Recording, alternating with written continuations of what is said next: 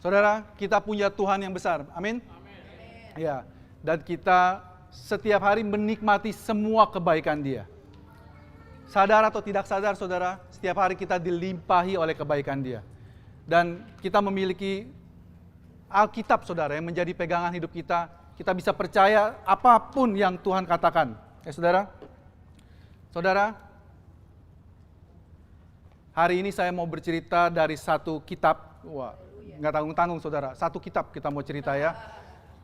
Kitab ini sebenarnya sharing hari ini saya sudah siapkan bulan lalu ya. Tapi karena ada satu kejadian dipospon ya, saudara.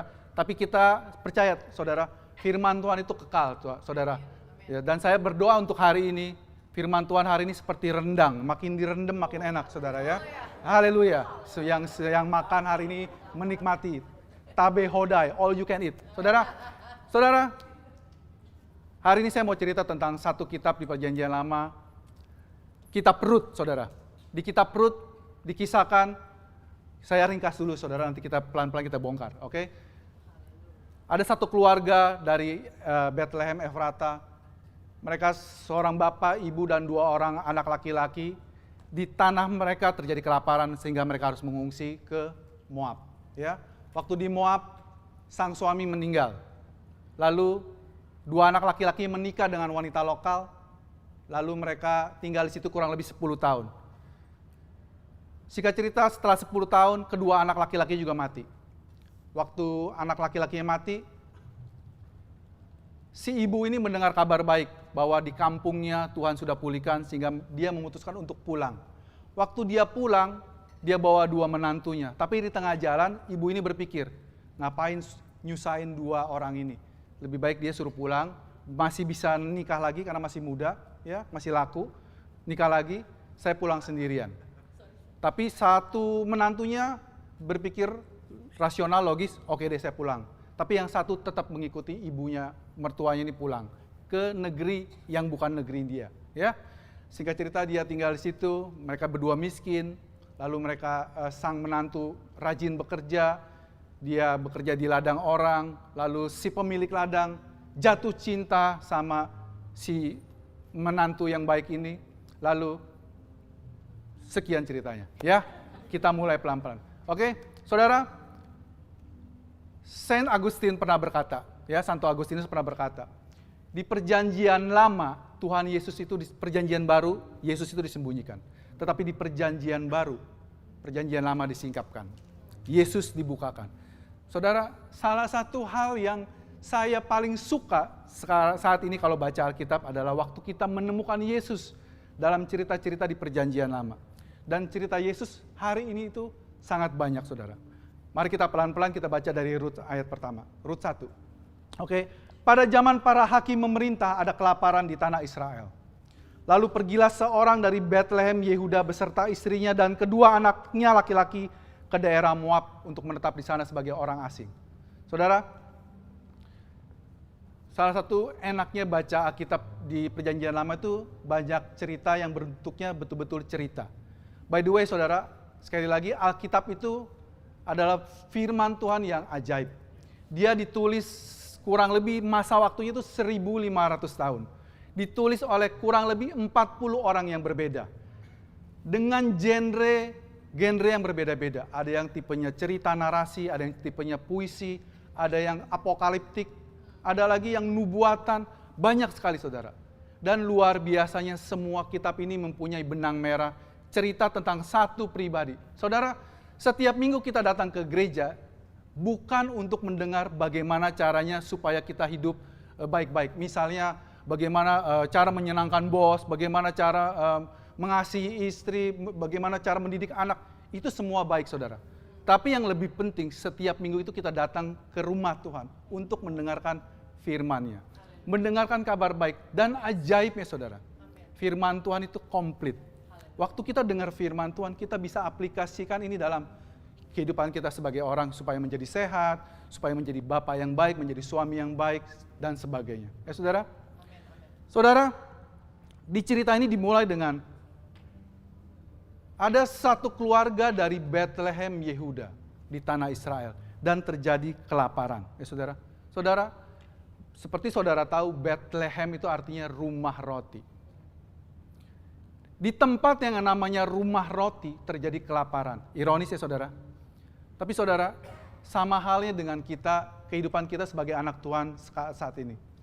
Kita saat ini konteksnya adalah kita bergereja, beribadah, mengenal Yesus setiap minggu, setiap hari berkumpul dengan teman-teman. Di gereja yang mengajarkan kasih karunia Tuhan. Wah, dulu waktu saya ketemu GBC saudara, itu rame. Rame itu betul-betul rame maksud saya. Saya ada senengnya, ada sedihnya, ada marahnya, ada kesel, campur jadi satu. Tapi itulah keluarga saudara. Ya, kita selalu bilang GBC adalah rumah kita. Dalam rumah saya punya 3 anak, 1 istri. Jangan dibalik. Ya, saya punya 3 anak, 1 istri. Dengan 3 anak yang beda-beda dengan cara ngasuh yang sama. Itu rumah isinya beda-beda. Semua maunya beda-beda. Kadang-kadang waktu mereka kecil kita bisa ngontrol mereka, kita bisa kendalikan mereka. Makan, tidur, kita atur jamnya. Tambah lama, waktu kecil kita pengen cepet gede. Cepetan gede dong, repot banget. Begitu gede kita nyesel. Pengennya tetap kecil aja. Dimana disuapin dia diem. Ya, kalau sekarang banyak maunya. Kasih sayur ini nolak, kasih ini nolak. Tambah gede lagi, punya pergumulan beda-beda lagi. Setiap masa hidup kita punya fase berbeda-beda. Buat kalian yang punya anak dari kecil, nikmati. Waktu kecil repot-repot itu nggak lama, cepat banget berubahnya, ya. Sekarang kalau saya nengok ke belakang, tiba-tiba si bungsu itu, si kecil itu sudah 16 tahun, bentar lagi sweet 17 tahun ini, ya, sweet, ya. Terus, tapi saudara, di keluarga yang kita sayang, terjadi keributan nggak? Ribut saudara, jangan pikir rumahnya pastor holy, damai, tentrem, ya, itu cita-cita saudara. Tapi kenyataan itu sering berbeda, saudara. Ya, jangankan sama anak lah, sama istri. Yang berkeluarga di sini pasti tahu, ya, pasti tahu. Kalau lagi pacaran tuh semuanya yang baik-baik dikeluarin. Tapi begitu nikah, kita nggak toleran lagi sama keburukan pasangan kita, ya. Mulai dari gaya berbusananya lah, cara tidurnya lah, cara nyetirnya dan sebagainya. Ya, saudara. Di rumah Tuhan, walaupun kita mengenal kasih karunia, saudara jangan terlalu berharap tinggi, ya, bahwa di keluarga yang namanya GBC yang mengajarkan kasih karunia pasti baik-baik saja. Manusia menajamkan manusia, saudara ya. Kita ada gesekan, tapi puji Tuhan ya saudara, nggak sampai di situ. Kabar baiknya adalah ada Yesus di tengah kita. Setiap pernikahan kita juga sama saudara. Kita sama istri ribut dan sebagainya. Saya 17 tahun menikah dengan Lucia. Kenal sama dia 8 tahun sebelumnya, totalnya 25 tahun. Kalau dihitung berantem besarnya lebih dari 25 kali pasti. Ya, jangan disebut yang kecil-kecilnya, hampir tiap hari. Ya, dan lucunya paling sering itu biasanya di hari Minggu, Pastor. Lagi mau berangkat ke gereja, hey buruan bro, sis, oi, kids, kita mau pelayanan, jangan sampai terlambat. Ya, saya percaya kalian juga mengalaminya, ya, terutama yang ministry ya. Kita mau buru-buru. Tapi singkat cerita, di tempat yang namanya rumah roti terjadi kelaparan. Dan orang Israel ini sekeluarga ini pergi ngungsi ke daerah Moab, ya. Ayat kedua, nama orang itu adalah Elimelek, nama istrinya Naomi, dan nama kedua anaknya Mahlon dan Kilion. Semuanya orang Efrata, Bethlehem, Yehuda. Dan setelah sampai ke daerah Moab, diamlah mereka di sana. Saudara, dan hebatnya Alkitab lagi saudara. Semua nama, angka, tempat, geografi, semua kita percaya punya artinya dan Tuhan ingin kita belajar setiap dia mention itu. Saudara, si bapak ini namanya Elimelek. Saudara, Alkitab bilang Elimelek itu waktu Yesus disalib dia bilang, Eli, Eli lama sabatani, artinya Allahku, Allahku mengapa engkau meninggalkan aku. Elimelek artinya adalah Allahku adalah raja. Ya, saudara, Naomi istrinya, Naomi itu artinya pleasant, menyenangkan. Ada juga arti lainnya adalah manis, ya. Jadi nama-nama yang bagus, saudara. Dan mereka punya anak, sayangnya namanya Mahlon Kilion yang artinya penyakitan sama kelemahan. Ya, saya nggak tahu kenapa dinamai begitu. Mungkin waktu lahirnya terjadi sesuatu hal yang buruk sehingga mereka dinamakan seperti itu. Bahkan salah satu dari suku anaknya Yakub, Benyamin, aslinya si mamanya mau memberi nama Ben-Oni yang artinya anak kesakitan. Tapi papanya anulir. No, nama kamu bukan Ben-Oni, tapi Benyamin. anak tangan kanan, anak full of favor, ya. Terus si Bapa yang namanya Allahku adalah Raja. Dia itu, saudara, kita sebagai anak Tuhan, waktu kita ada kesulitan, biasa kita minta pertolongan sama siapa pertama kali? Normalnya itu sama keluarga kita, sama gereja, sama pastor, sama saudara-saudara seiman kita. Betul saudara? Adalah sesuatu keanehan kalau kita sebagai anak orang percaya, anak-anak Tuhan, waktu kita ada kesulitan, kita minta pendapat, minta pertolongan sama non-believer. Ya, saudara, rohnya itu beda, saudara. Jadi ini saran pastoral, saudara, kalau terjadi kesulitan, ada pertengkaran dan sebagainya, datang kepada keluarga terdekat, gereja dan sebagainya, saudara. Tapi Elimelek memimpin keluarganya pergi ke daerah Moab. Seperti saudara tahu, Moab itu adalah bangsa yang dilarang oleh Musa untuk saling menikah. Kenapa? Karena di zaman dahulu, zamannya Abraham itu punya keponakan yang namanya Lot. Ya, Lot waktu tinggal di Sodom dan Gomora, waktu Tuhan hukum, Lot diselamatkan oleh Tuhan. Dia, istrinya, dan kedua anak perempuannya. Tapi di tengah jalan istrinya nengok ke belakang, mungkin ingat peradanya atau ingat apanya, dia nengok ke belakang, dia jadi tiang garam. Wah gitu ya. Terus jadi tinggal Papa Lot dan dua anak perempuannya itu yang selamat. Karena Papa Lot ini kurang ngajarin firman Tuhan sama anak perempuannya, si perempuan ini tiba-tiba jadi dodol. Enci Ade ini bilang, adek, di dunia ini sudah tidak ada laki-laki lagi. Kita manusia akan punah katanya. Jadi bagaimana kalau kita bikin bapak kita mabok, lalu kita bersetubuh dengan dia, supaya dari kita lahir manusia-manusia lagi katanya. Adiknya juga setuju Cici, gitu kan. Singkat cerita terjadilah hubungan incest, dan dari dua anak perempuan ini lahirlah yang namanya bangsa Moab dan bangsa Amon. Ya, sehingga Tuhan menyuruh Musa melarang bangsa Israel menikah dengan Moab dan Amon. Ya saudara, tetapi yang namanya si bapak Elimelek ini, bukannya lari lagi susah itu larinya ke mana, katakanlah ke daerah Galilea dan sebagainya, masih di Israel, dia larinya ke Moab, boleh dilihat petanya. Dan lari ke Moab itu bukannya dekat saudara. Moab itu ada di seberang Laut Mati. Mereka itu harus menyeberangi Laut Mati, dia harus ngiter sengaja susah-susah. Dan sekarang ini Moab itu daerah Yordan, ya saudara, negara Yordan. Jadi mereka pergi ke musuhnya mereka. By the way, Moab itu bukan hanya bangsa asing, tetapi musuhnya bangsa Israel. Oke? Lanjut, ayat ketiga. Kemudian matilah Elimelek. Waktu dia ngungsi ke sana, mati si bapak ini, suaminya Naomi. Sehingga perempuan itu tertinggal dengan kedua anak laki-lakinya. Ya. Lalu kedua anak laki-lakinya itu mengambil perempuan Moab, yang pertama bernama Orpa dan yang kedua bernama Rut. Orpa itu artinya tengkuk, ya saudara, belakang leher. Dan Rut itu artinya teman, ya saudara. Saudara, karena bapaknya nggak ngajarin, saudara, cerita di Alkitab tuh sering kali berulang. Pelanggaran bangsa Israel juga sering berulang. Saudara, kalau saudara dengar cerita ini hari ini, biarlah sebagai bapak, sebagai ibu yang mengajarkan anak-anak kita, kita mulai mengajarkan anak-anak kita tentang Tuhan kita. Ya saudara, anak-anak diperkenalkan sejak kecil tentang siapa bapak mereka sesungguhnya. Siapa pemelihara mereka sesungguhnya. Siapa yang akan selalu menemani dia. Waktu kita nggak ada, waktu siapapun tidak ada, tetapi mereka tahu bahwa selalu ada Tuhan yang beserta mereka. Saudara, ya, jadi bapaknya meninggal. Lalu karena ibunya Naomi ini menjadi janda, dua anak laki-lakinya menikah. Saudara, di zaman dulu, zaman bangsa Israel dulu, seorang perempuan tanpa suami itu suatu hal yang tidak baik. Ya, tetapi hidupnya masih mending kalau mereka mempunyai anak laki-laki. Oleh sebab itu, bangsa Israel itu selalu mengutamakan punya anak laki-laki. Nama anak laki-laki yang tercatat. Perempuan itu biasanya nggak di-mention, ya saudara, dalam Alkitab. Lalu, setelah lanjut ayat berikutnya.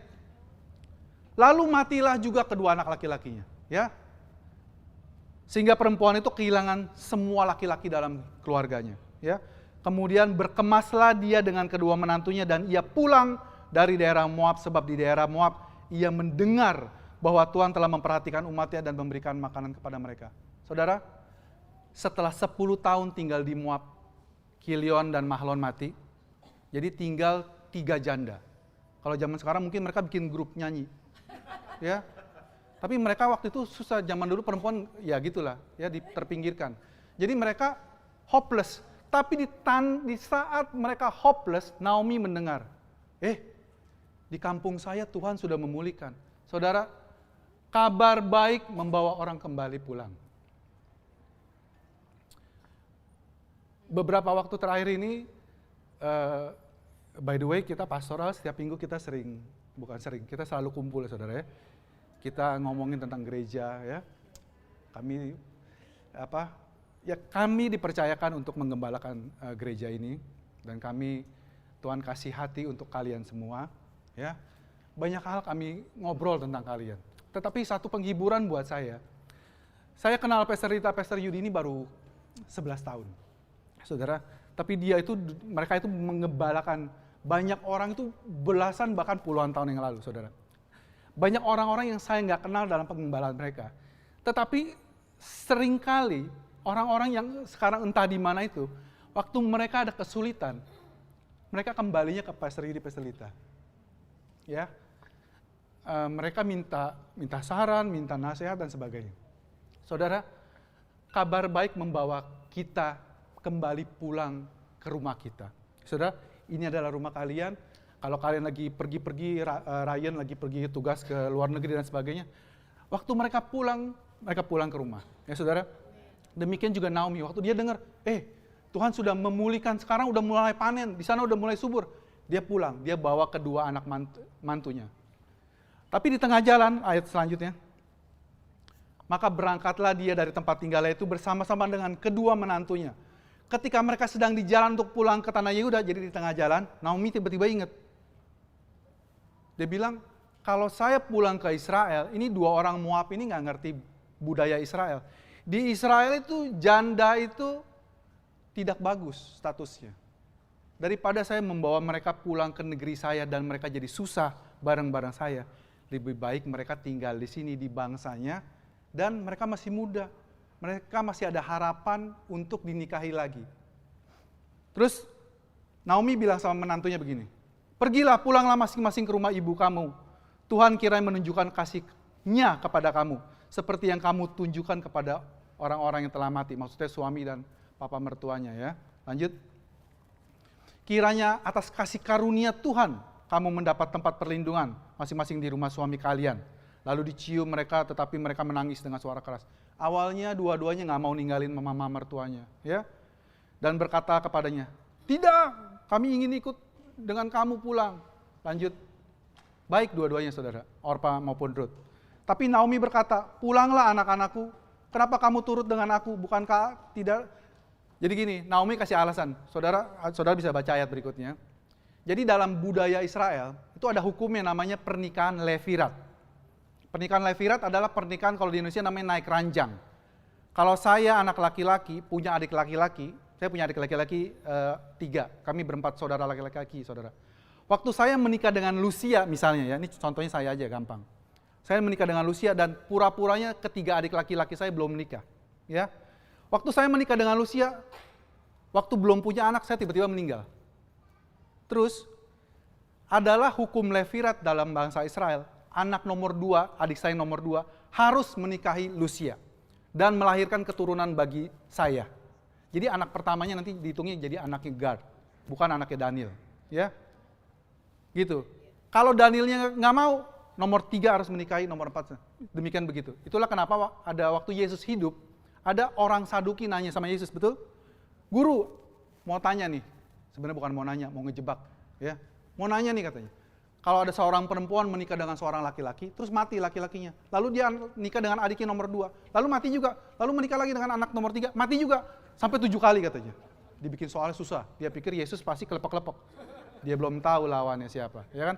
Terus Yesus bilang, orang ini nanya, kalau di surga nanti, siapa yang jadi suaminya? Kan ada 7 tuh katanya. Ya kan? Yesus bilang apa? Sesat kamu katanya. Saudara, Yesus itu berani bilang sesat sama orang yang ngajarin sesat. Ya saudara, jadi kadang-kadang kita orang Kristen terlalu baik, menganggap diri lebih baik dari Yesus.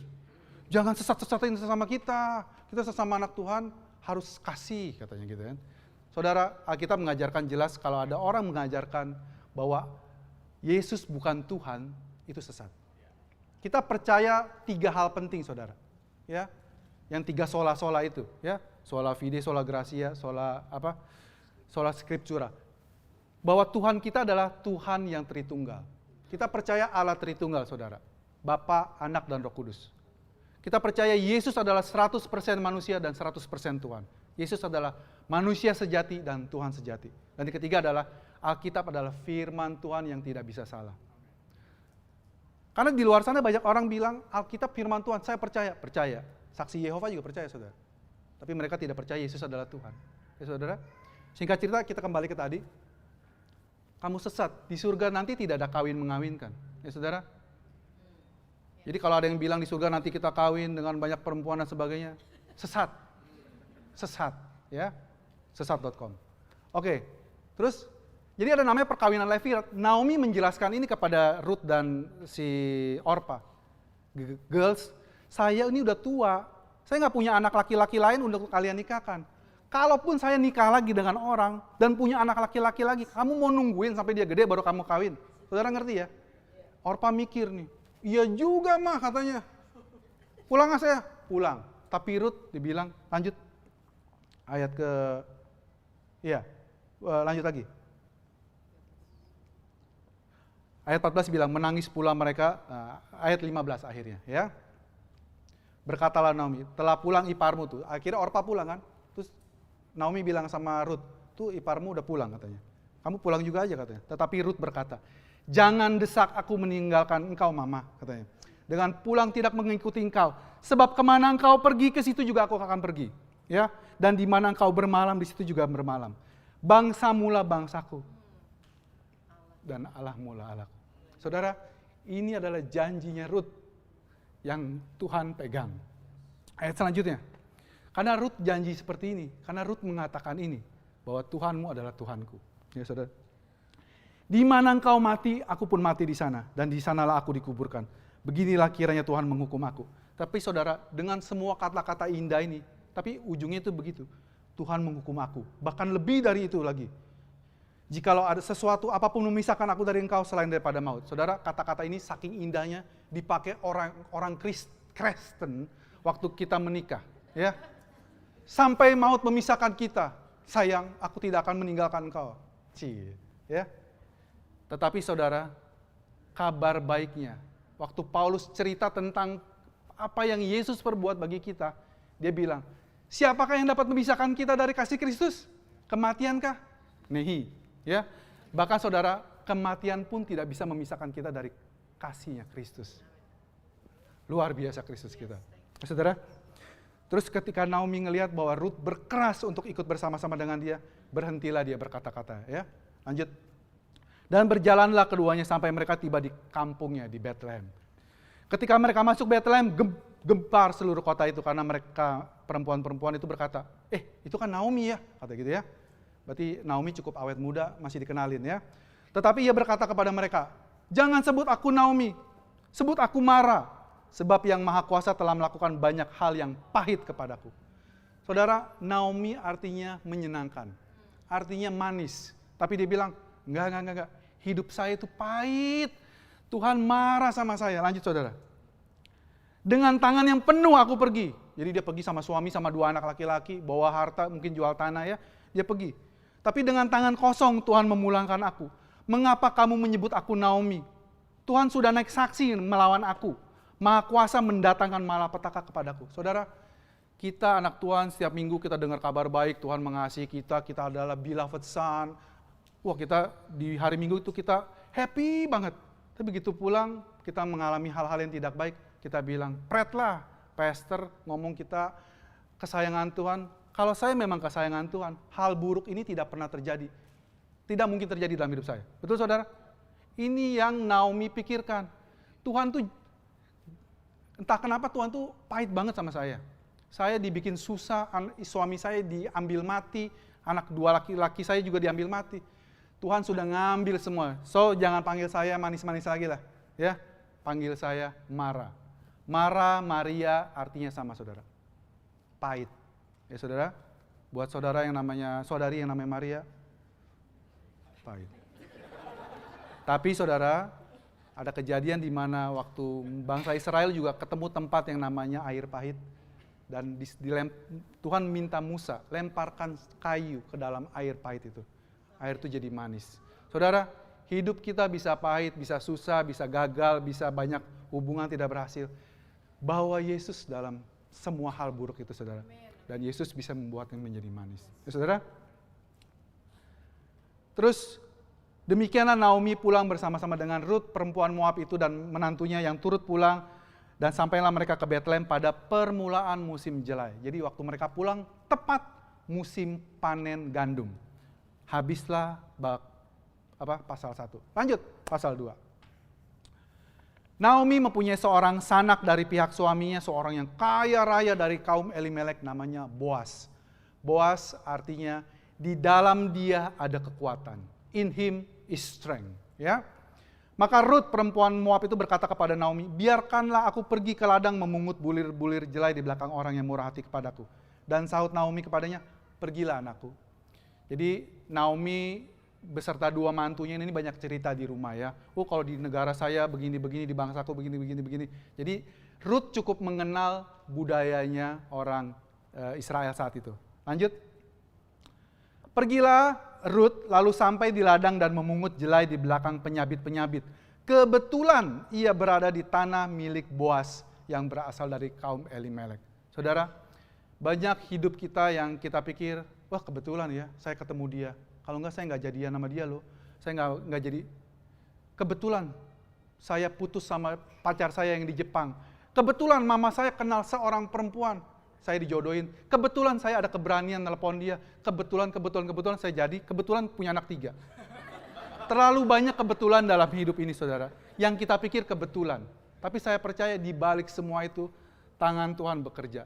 Saudara, amin. Semua hal baik pasangan hidup kalian yang kalian ada bersama itu adalah rencana Tuhan. Amin. Kita pikir itu semua kebetulan, saudara.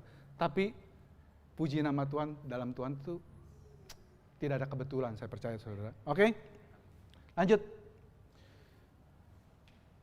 Nah saudara, ada pekerjaan, saya pernah bilang ini ya, ada satu pekerjaan di perjanjian lama. Kita pikir pekerjaan paling gembel di perjanjian lama adalah pengemis. Bisa dibilang begitu saudara ya. Tapi hukum Musa menetapkan di Ulangan 24 ayat 19. Dibilang begini, apabila engkau menuai di ladangmu, lalu terlupa seberkas di ladang, maka janganlah engkau kembali untuk mengambilnya. Ini kok suaranya kayak pantun ya. Itulah bagian orang asing, anak yatim dan janda supaya Tuhan Allahmu memberkati engkau dalam segala pekerjaanmu. Saudara, kalau kita baca Alkitab ini, ayat ini pasti kelewat saudara. Kagak ngerti. Saya jelasin saudara. Tuhan, ayat itu cuma 1 loh saudara. Tapi penting banget buat kisah Ruth ini. Ya saudara, banyak sekali Alkitab itu cuma 1 ayat, tapi sangat penting dalam semua terang kasih karunia Tuhan. Ya saudara, di Israel itu mereka punya gandum, mirip padi, seperti di sini saudara. Ya, ini sengaja dibeli supaya mempermudahkan visual kita.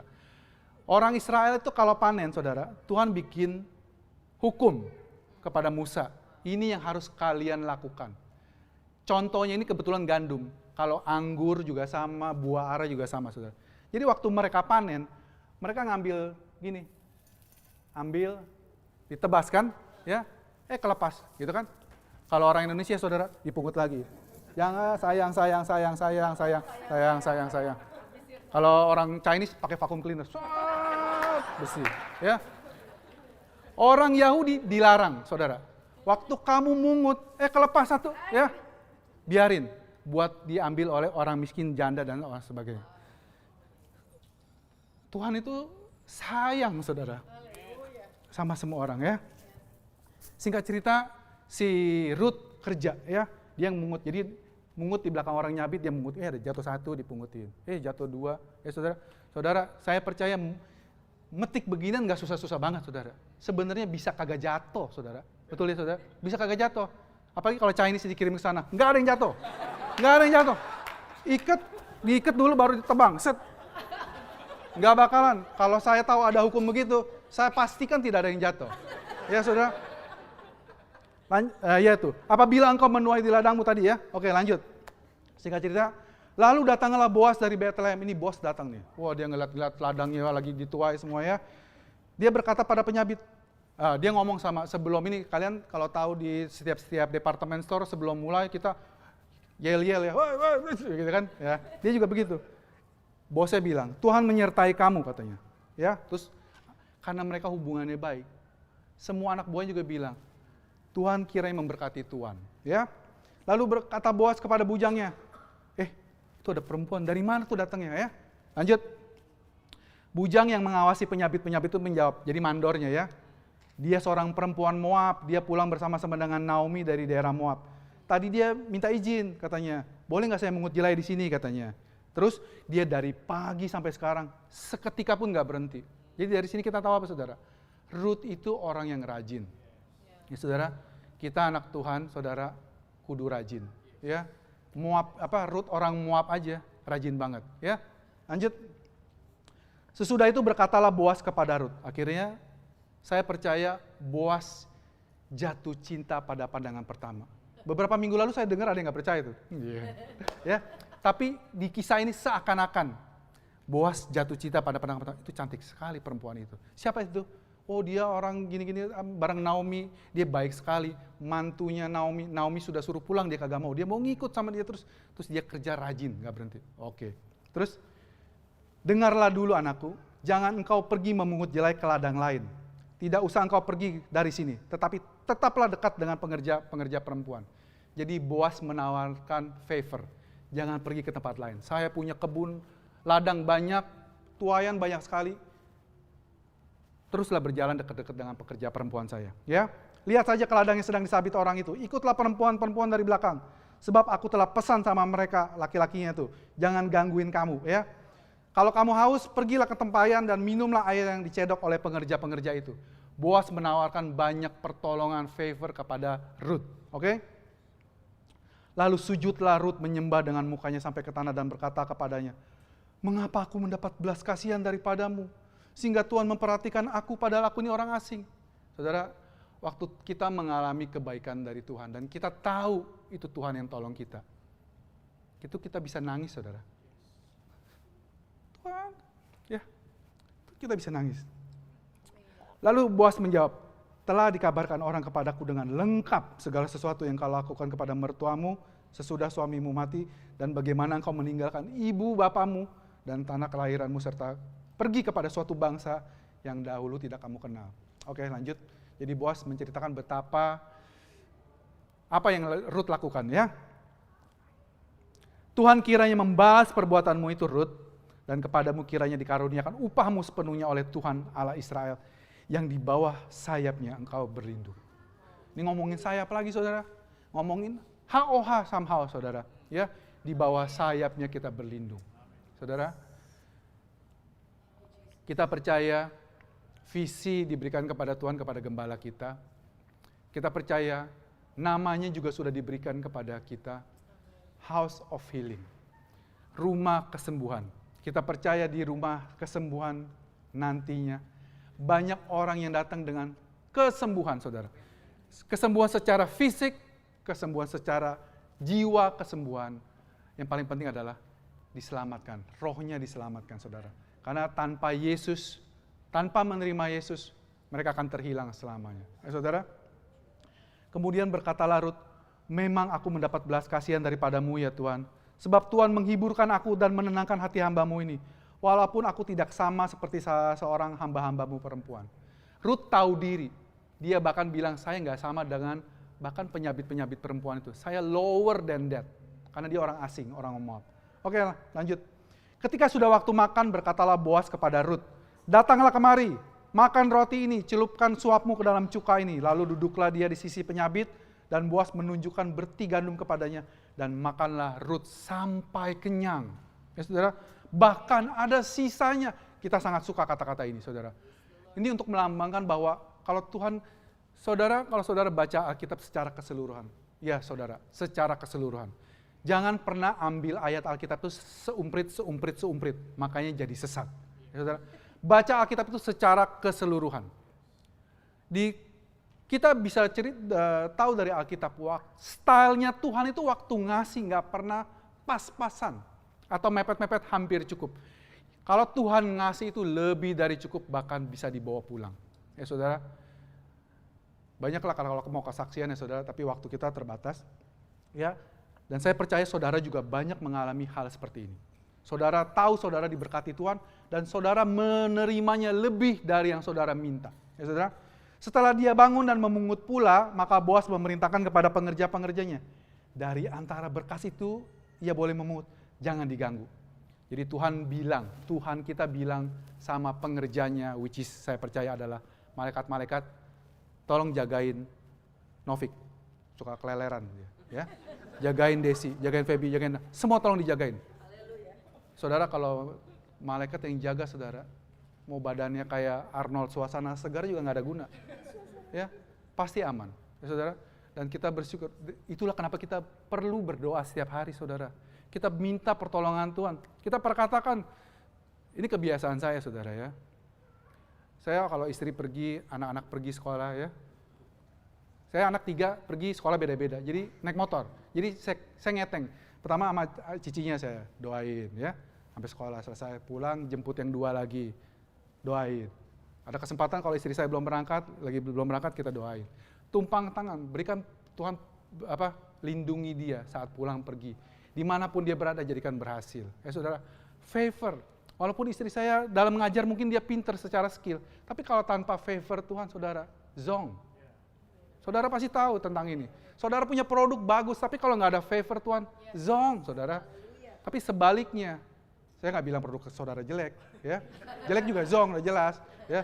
Tapi saudara kalau punya produk yang biasa-biasa di tempat yang nggak mungkin banyak orang bilang nggak strategis, tapi dengan favornya Tuhan saudara, somehow jadinya baik, saudara. Ya, bahkanlah harus dengan sengaja katanya. Kamu tarik sedikit buang, supaya dipungutnya, jangan berlaku kasar sama dia. Jadi si Boas bilang sama anak buahnya begini, guys, waktu kalau kamu ngambil kan ada yang jatuh, ya jangan dipungut. Tapi bahkan kamu gini, jatuh. Terus si Ruth dari belakang gini, ini orang dodol banget. Haleluya, haleluya. Saudara, kalau saudara menemukan hal-hal yang saudara pikir orang lain bodoh banget, ada kesempatan bagus gini gak diambil, saudara, kamu lagi jadi Ruth. Tuhan sengaja bikin orang-orang itu favor sama kalian. Ya, jadi setiap saudara nemu suatu kebaikan Tuhan, ingat, terima kasih Tuhan Yesus. Bukan karena dia dodol, bukan karena saudara hebat, rajin bawa vakum, enggak. Tapi karena sengaja Tuhan kasih itu, saudara. Ya. Lalu dia memungut di ladang sampai petang, lalu dia mengirik yang dipungutnya. Ada kira-kira seeva jelai. Seeva itu kurang lebih, saya Google saudara, itu kurang lebih 36 liter. 1 galon isi ulang itu 18 liter air, saudara. Anggap aja 2 itu isinya gandum semua, beras semua. Karena setelah dikirik, jadi yang ini kan belum, masih sama berkasnya saudara, harus nama bahasa Indonesia mengirik, saya juga puyeng. Mengirik, ya sampai biji-biji jatuh, itu biji-biji dikumpulin, dapat 2 aqua galon dibawa pulang. Ruth ini kuat saudara, ya. Dan dia memungut di ladang sampai petang. Oke, dia angkatnya lalu dimasukkannya dia ke kota. Ketika mertuanya melihat apa yang dipungutnya, dan ketika dikeluarkannya dan diberikannya kepada mertua sisanya ada setelah kenyang itu, maka berkatalah mertuanya kepadanya. Naomi bilang sama Ruth, dari mana engkau mau dapat gini banyak katanya. Diberkatilah dia yang telah memperhatikan engkau. Lalu Ruth cerita, saya kerja sama orang namanya Boas. Sesudah itu berkatalah Naomi kepada menantunya, diberkatilah orang itu oleh Tuhan yang rela mengaruniakan kasih setianya kepada orang yang hidup.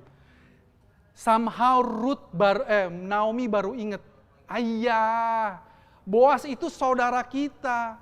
Saudara bisa baca di Ulangan 24, tadi kan Ulangan 25, Ulangan 24, itu ada peraturan yang namanya kinsman redeemer. Jadi saudara, kembali lagi contohnya saya punya kakak perempuan, punya adik laki-laki ya saudara. Waktu saya katakanlah, misalkan saya bangkrut, saya jual rumah ke orang, digadaikan ya. Terus saya miskin mendadak, ya. Yang bisa dan saya bisa menjadi budak. By the way, saudara, kalau kita pikir budak, jangan pikirkan budak itu konteksnya di abad 15 sampai abad 19, di mana perbudakan itu hanya berlaku untuk warna kulit tertentu.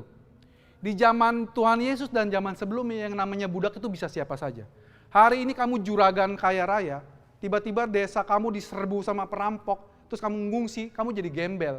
Untuk mempertahankan hidup, kamu bisa menjadi budak. Ya saudara, jadi ada yang budak, ini sejarah saudara, bahkan budaknya kaisar, itu ada yang dokter. Ya saudara, karena waktu dia perang, zaman perang, habis semuanya, untuk mempertahankan hidup dan keluarganya dia harus jadi budak, supaya bisa hidup doang. Ya saudara, nah, waktu kinsman redeemer adalah waktu saya bangkrut, kakak saya atau adik saya itu punya hak duluan menebus saya, mengambil gadaian saya dan dikembalikan. Waktu saya jadi budak, saya ditebus, dimerdekakan, dibayar. Berapa waktu beli GAT kemarin? 1 juta. Nih saya bayar 1.500.000 berikut bunga. Saya dibebaskan. Saudara tahu ya? Namanya kinsman redeemer, ya. Dan Naomi tiba-tiba ingat, Boas itu saudara saya yang bisa nebus saya. Mungkin tanahnya digadain saudara, ya.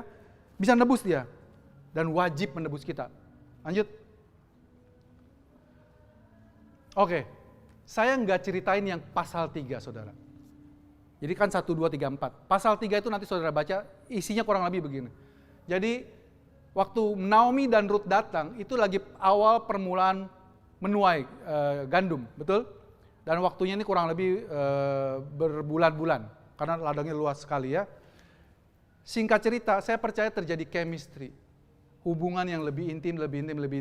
Dan Naomi dan Ruth sering intens ngomong. Naomi nge-sense ya, bahwa Boas suka sama kamu. Ya, inilah saatnya kamu datang kepada Boas, minta dia menebus kamu. Boas pasti ngerti artinya apa. Ya, jadi Naomi bilang kepada menantunya Ruth, kamu mandi pakai baju yang bagus. Kalau dibilang kamu mandi bukan berarti Ruth tidak pernah mandi, saudara ya. Kamu mandi, saya percaya ini hikmat. Kalau laki-laki yang masih single, kalau mau kencan, mandi. Pakai baju yang bagus dan berurap, maksudnya pakai minyak wangi. Ya. Lalu kamu datengin Boas waktu dia sedang mengirik.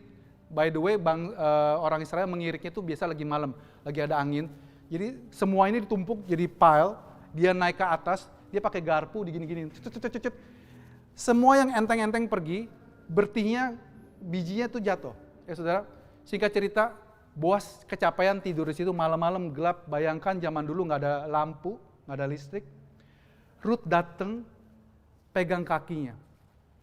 Terus Boas malam-malam kaget ada yang pegang kaki. Siapa itu? Ini aku Tuhan. Ya, Tuhan tebuslah saya katanya. Boas tahu. Artinya Ruth minta dinikahi. Ya. Tapi Boas bilang, ada seseorang di selain saya yang lebih berhak. Jadi priority number 1. Saya harus tanya dia dulu, karena dia yang lebih berhak daripada saya. Kalau dia nggak mau, saya bersedia. Tapi kamu tenang, di sini aja. Ya. Itu di pasal ketiga. Nanti saudara baca di rumah, ada PR, saudara jadi semangat baca. Ya. Ruth 4, kita mulai. Ya, Boas, akhirnya besokannya Boas, ini tadi malam kan, besok paginya Boas pergi ke pintu gerbang. Saudara, di zaman dulu, kota itu nggak gede-gede banget. Dan mereka dikelilingi sama tembok. Ya, akses keluar masuk kota itu biasa cuma di satu pintu gerbang. Disitulah semua transaksi jual beli, hal-hal penting terjadi. Disitulah semua ketua RT RW ngumpul. Orang-orang tetua-tetua itu ngumpul di pintu. Ya, dan duduk di sana. Kebetulan lewatlah penebus yang disebut Boas itu. Yang Boas bilang sama Ruth tadi malam. Ya. Lalu berkatalah Boas, "Hai saudara, datanglah dulu kemari, duduklah di sini." Maka datanglah orang ini dan duduk. Kemudian dipilihnya 10 orang daripada tua-tua kota itu dan berkata, "Kalian tolong duduk di sini." Duduklah mereka. Oke, lanjut. Lalu berkatalah Boas kepada saudaranya ini, salah satu ini ya. "Tanah milik kepunyaan saudara kita Elimelek hendak dijual oleh Naomi yang sudah pulang dari Moab. Jadi pikirku begini, baik juga hal ini kusampaikan kepada kamu. Belilah tanah itu di depan orang-orang ini, pada para saksi 10 orang ini. Ya, kalau kamu mau menebusnya, tebus. Tetapi kalau kamu tidak mau menebusnya, kasih tahu saya supaya saya tahu, maka saya yang nebus." Terus orang ini bilang, "Saya mau menebus," katanya gitu ya. Karena dia juga sudah dengar, Ruth itu cantik. Ya, oke, lanjut. "Tetapi," kata Boas, "tapi bro, ingat bro, pada waktu kamu beli tanah itu dari tangan Naomi, kamu juga dapat Ruth katanya. Oh sorry, saya tadi bilang orang ini tahu Ruth cantik, ya mungkin dia tahu, tapi dia kagak mau. Dia kagak mau sama Ruth ya. Engkau memperoleh Ruth juga, perempuan Moab itu, istri yang telah mati itu, untuk menegakkan nama orang itu di atas pusakanya. Lalu berkatalah orang yang tadi ini, oh kalau saya harus kawinin Ruth juga mah, aku nggak mau katanya. Ya, kalau beli tanahnya doang saya mau, saya bayar balik mau. Tapi kalau harus ngawinin Ruth juga, ogah. Kenapa ya? Kenapa? Karena aku akan merusakkan milik pusakaku sendiri. Saya percaya orang ini punya keturunan, punya istri dan punya anak-anak. Kalau dia kawin sama Ruth, dan hartanya harus dibagi sama Ruth, dia kagak mau. Ya saudara, jadi dia pilih ogah. Aku berharap engkau saja yang menebus, katanya. Aku tidak bisa menebus. Lanjut. Beginilah kebiasaan dulu. Jadi mereka transaksi. Karena kamu nggak mau, saya mau. Oke, kita janjian, tukeran sendal ya. Ada beberapa orang zaman dulu salaman tangan cukup. Kalau sekarang karena orang banyak suka nipu, salaman doang nggak cukup. Zaman dulu masih cukup saudara. Broron, mobilnya saya beli ya. Jabat tangan, deal. Kalau sekarang mesti pakai meterai, cap darah kalau bisa, ya. Karena manusia suka jahat. Udah janji aja, udah direkamnya nggak peduli, ya kan? Oke. Lalu penebus itu berkata kepada Boas, engkau saja yang beli, ditanggalkanlah kasutnya. Lanjut. Kemudian berkatalah Boas kepada tua-tua, kepada para saksi ya, kalianlah hari ini jadi saksi bahwa segala milik Elimelek, milik Kilion, Mahlon, aku beli dari tangan Naomi, ya. Juga Ruth, perempuan Moab itu. Ini Boas pinter, dia sebutin tanahnya dulu, padahal yang dia incer sebenarnya Ruth. Ya saudara, ditaruh paling belakang. Save the best for last. Ya. Aku peroleh menjadi istriku untuk menegakkan nama orang yang telah mati itu di atas milik pusakanya. Demikianlah nama orang itu tidak akan lenyap daripada antara saudaranya. Kamulah yang hari ini menjadi saksi. Lanjut. Ya. Singkat cerita, Ruth dinikahi sama Boas. Ya. Singkat cerita, tidak berapa lama kemudian Ruth hamil dan lahirlah anak, ya. Terus seluruh orang banyak hadir pintu gerbang berkata, kami jadi saksi ya. Tuhan membuat perempuan yang masuk rumah itu sama seperti Rahel dan Lea, yang keduanya membangunkan umat Israel. Biarlah engkau menjadi makmur di Efrata, biarlah namamu masyhur di Israel. Saudara, Rahel dan Lea adalah ibu daripada 12 suku Israel. Ya, dulu saya pernah cerita Yakub dapat istri 2, get two free. Ya, beli 2 gratis 2, dapat 4. Dari 4 orang ini lahir 12 anak laki-laki jadi suku Israel. Ya saudara, keturunanmu kiranya seperti keturunan Peres yang dilahirkan Tamar bagi Yehuda karena anak-anaknya yang diberikan Tuhan kepadamu dari perempuan muda ini.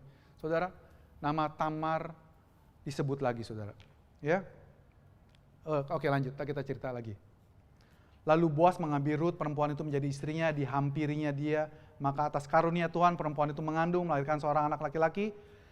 Sebab itu perempuan-perempuan, tetangga-tetangganya tadi ya, berkata kepada Naomi, terpujilah Tuhan yang telah rela menolong engkau hari ini. Ya, termasyhurlah kiranya nama anak itu di Israel. Lanjut. Dialah yang menyegarkan jiwamu dan memelihara engkau pada waktu rambutmu jadi putih. Maksudnya anaknya tadi, cucunya nanti ya. Sebab penantumu mengasihi engkau, melahirkan perempuan yang lebih berharga dari 7 laki-laki. Ya, Naomi mengambil anak itu serta meletakkan pada pangkuan dan Naomi yang mengasuh anaknya Ruth ini. Lanjut. Dan tetangga-tetangga perempuan itu memberi nama kepada anak itu. Naomi telah lahir seorang anak laki-laki dan namanya Obed. Dia adalah ayah Isai, ayah Daud. Saudara, saya baca Alkitab, saya suka yang cerita-cerita, dan dari banyak cerita, biasanya di perjanjian lama itu, khususnya 12 anak Yakub, yang kasih nama itu semua mamanya. Si Lea kasih nama, Rahel kasih nama, ya. Cuman Binyamin yang Yakub yang kasih nama, dianulir. Kalau nggak dianulir, 12-12-nya mamanya yang kasih nama. Di perjanjian baru, itu papanya yang kasih nama. Waktu Zakaria lahir Yohanes, dia bisu. Namanya siapa? Dia tulis, Yohanes. Ya. Malaikat ngomong kepada Yusuf, kamu harus memberi nama anak ini adalah Yesus. Ya, Bapak yang kasih nama. Tapi baru kali ini saya baca tetangga yang kasih nama. Ya, namanya Obed.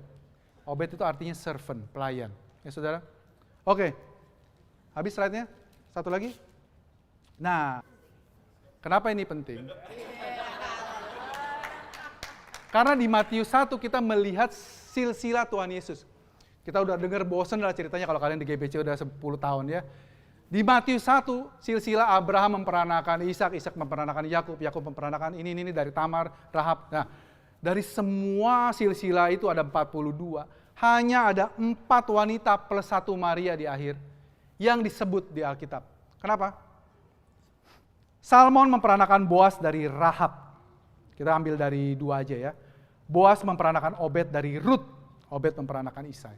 Saudara, 4 wanita yang dalam silsilah Matius 1, itu wanita-wanita yang disqualified. Tamar itu menantu yang menipu papa mertua, terjadi hubungan, incest bukan namanya ya. Menantu soalnya, pokoknya hancur deh, kacau aja. Ya, sehingga lahirlah Peres. Ya, terus turun, ada Rahab. Ya, Salmon memperanakan Boas dari Rahab. Rahab ini lebih parah lagi, profesinya memang pelacur. Ya, tapi waktu dia menyembunyikan 2 mata-mata, Tuhan menyelamatkan dia. Bahkan saya percaya salah satu mata-mata itu sama juga jatuh cinta pada pandangan pertama. Ya, sehingga mereka menikah dan melahirkan Boas. Jadi Boas yang kaya raya ini mamanya pelacur, saudara.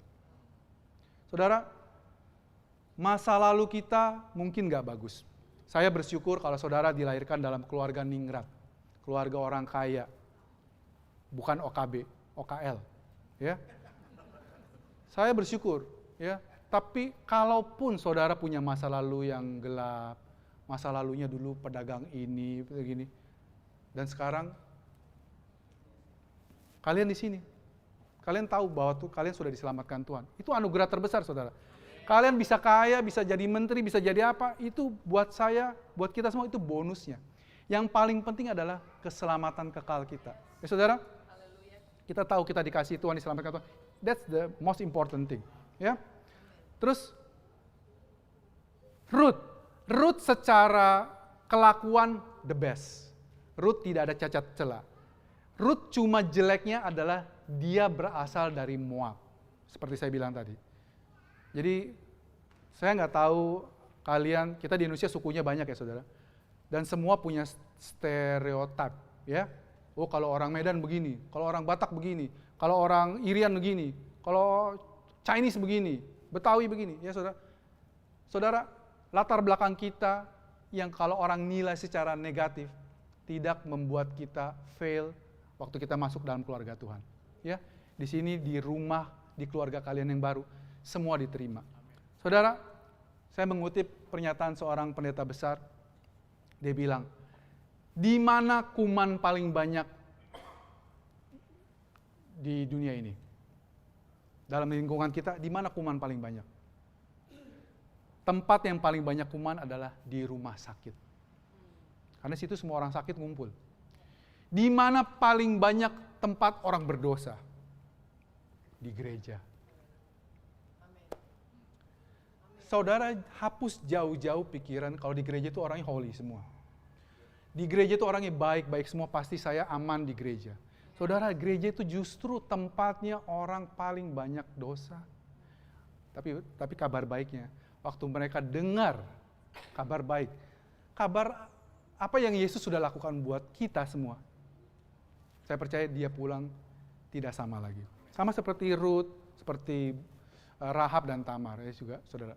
Oke, saudara, semua yang kita miliki saat ini adalah karunia Tuhan semata. Ya, saudara, tidak ada hal baik apapun dalam hidup kita. Kalau tadi di Alkitab bilang, Boas melihat kecantikannya Ruth mungkin, ya, dia memperhatikan. Tapi saudara, saya percaya waktu Yesus menemukan kita itu nggak ada apapun yang baik. Sama seperti orang Samaria yang menemukan seseorang Israel yang sedang habis dirampok, digebukin, telanjang, babak belur, hampir mati. Tidak ada satupun hal baik yang terlihat dari dia. Tetapi si orang Samaria yang baik ini datang, ngobatin dia, ngangkat ke keledainya. Jadi dia yang jalan, orang ini yang naik. Samperin ke tempat penginapan, dibayarin, bilang sama penginapan, tolong diurus. Kalau kurang nanti saya gantiin. Itu gambaran yang lebih tepat tentang kita dibandingkan Ruth. Tapi biarlah cerita Ruth hari ini membuat kita jatuh cinta sama Tuhan Yesus lebih dan lebih lagi. Saudara, jika di antara kita ada yang belum pernah menerima Yesus sebagai Tuhan dan Juru Selamat, saya mau mengajak saudara untuk menerima Yesus dan Tuhan sebagai Juru Selamat saudara. Ambil keputusan saudara. Usia kita tidak bisa tahu. Kita bisa pulang kapan saja. Mungkin keluar dari mall ini Tuhan memanggil kita. Tapi apa yang kita putuskan hari ini mempengaruhi kekekalan kita. Jika ada saudara-saudara yang belum pernah menerima Yesus sebagai Tuhan dan Juru Selamat, saya mengundang saudara untuk menerima dia sebagai Tuhan dan Juru Selamat. Saudara bisa ikuti doa saya. Tuhan Yesus, terima kasih Tuhan buat kabar baik bahwa Tuhan sudah mati bagi saya, mengambil, menebus, menghapuskan dosa-dosa saya. Saya diampuni, saya diangkat menjadi anak. Engkau adalah Tuhan dan Raja saya Tuhan. Saya mau menerimamu sebagai Tuhan dan Juru Selamat saya Tuhan. Masuk dalam hatiku, ajar saya Tuhan dalam jalan-jalan-Mu. Terima kasih Tuhan Yesus untuk keselamatan yang Kau berikan. Di dalam nama Tuhan Yesus, saya mengucap syukur. Amin.